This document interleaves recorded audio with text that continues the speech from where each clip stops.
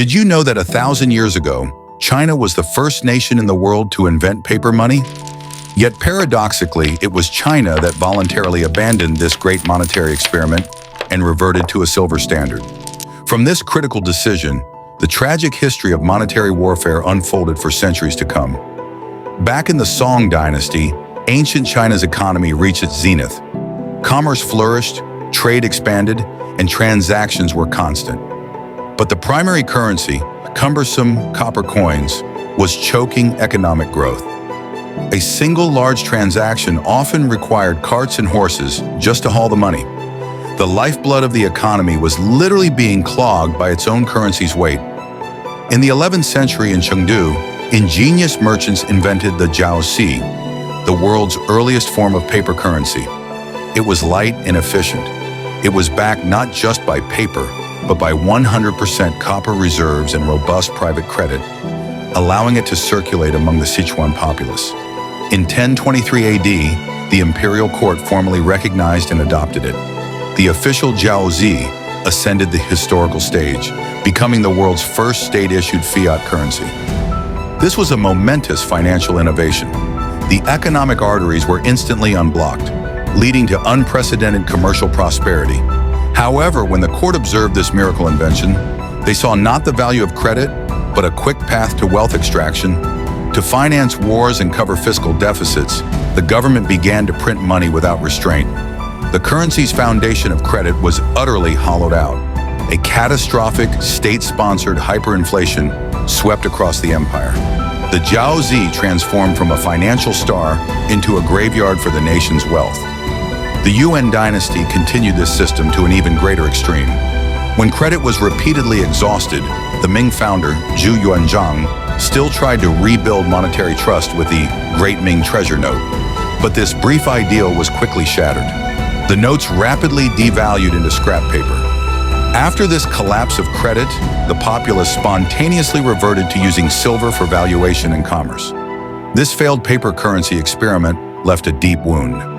The empire could no longer trust the paper credit it had created itself.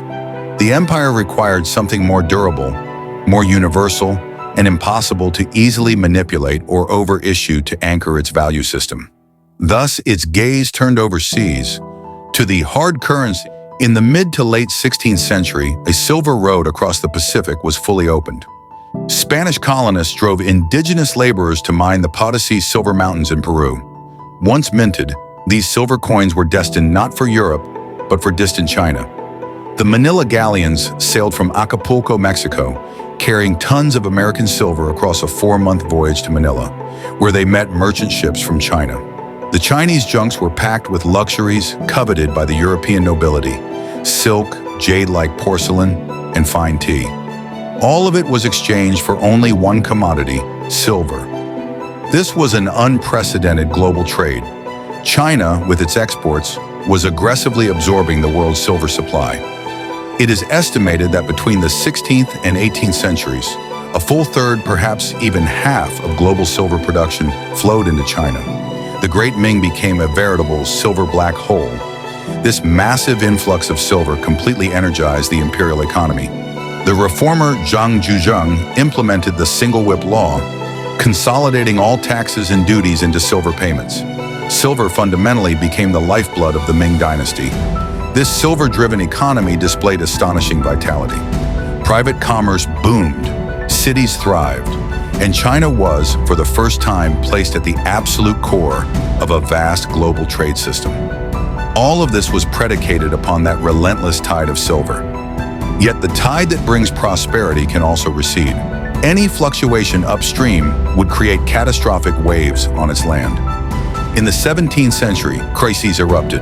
In Europe, the 30 Years' War ravaged the continent, disrupting trade. At the silver source, decades of mining exhausted the richest veins in Potosí, and production plummeted. A global silver contraction, like a distant heart attack, was transmitted precisely along the financial arteries to the heart of the Ming Dynasty. The Ming Empire's response was sluggish and fatal. All government revenue was tallied in silver, but the amount collected dwindled annually. The effect of silver expensive, copper cheap was severely amplified. The deepest pain was felt by the common populace. They earned copper coins but had to pay imperial taxes in silver. As silver's value skyrocketed due to scarcity, they had to sell far more basic necessities to acquire enough silver for taxes. In a good year, they barely survived. Coupled with natural disasters, it meant absolute annihilation. Simultaneously, the empire entered the Little Ice Age. Drought scorched the north, deep cold afflicted the south. Crops failed and displacement surged. A depleted national treasury was powerless to provide disaster relief or maintain order. The Ming Dynasty had entered the classic death spiral. Emperor Chongzhen was not incompetent. He struggled diligently to save his realm, but he faced a body that had bled out and suffered organ failure. The more he struggled, the more he hammered the final nail into the empire's coffin. In 1644, Li Zicheng's army breached Beijing, and Emperor Chongzhen hanged himself, failing to control its own economic destiny. In the centuries that followed, the Qing dynasty failed to learn the lesson. The prosperity of the Kangxi Qianlong Golden Age was still built upon the continued inflow of American silver. But this time, history's repeated error would result in an even more brutal conclusion. In the early 19th century, a fatal new commodity, opium, emerged. The British East India Company cleverly used the opium trade to reverse the trade deficit with China. They no longer needed to pay silver for Chinese goods. Instead, they exchanged opium for everything from Chinese merchants.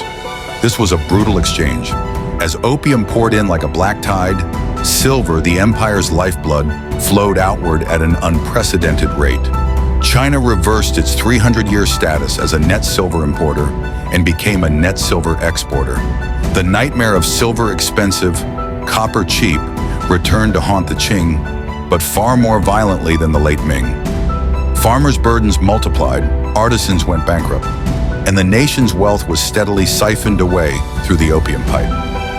Lin Zexu's destruction of opium at Human was a heroic moral stand, but it destroyed not just the drug, but a new, deeply unequal economic order. What followed were the warships and cannons, and a string of devastating treaties. The Treaty of Nanking, the Treaty of Peking, the Treaty of Shimonoseki. Behind every treaty lay astronomical indemnities. Every single payment was demanded in silver. The opium trade drained the populace's lifeblood.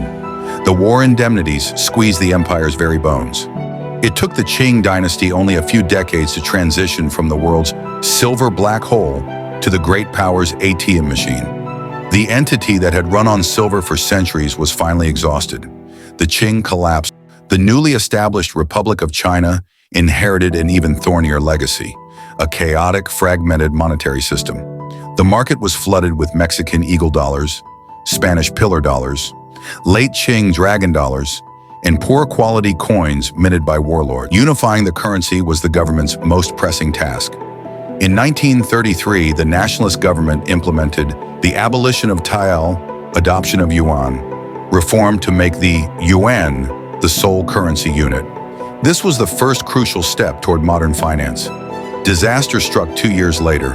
In 1935, facing a global silver price surge triggered by the U.S. Silver Purchase Act, China's silver was drained by arbitrage like a breaking dam, and the financial system instantly collapsed. Under this immense crisis, Minister of Finance A.H. Kung issued the famous decree, the implementation of the Fabi legal tender reform.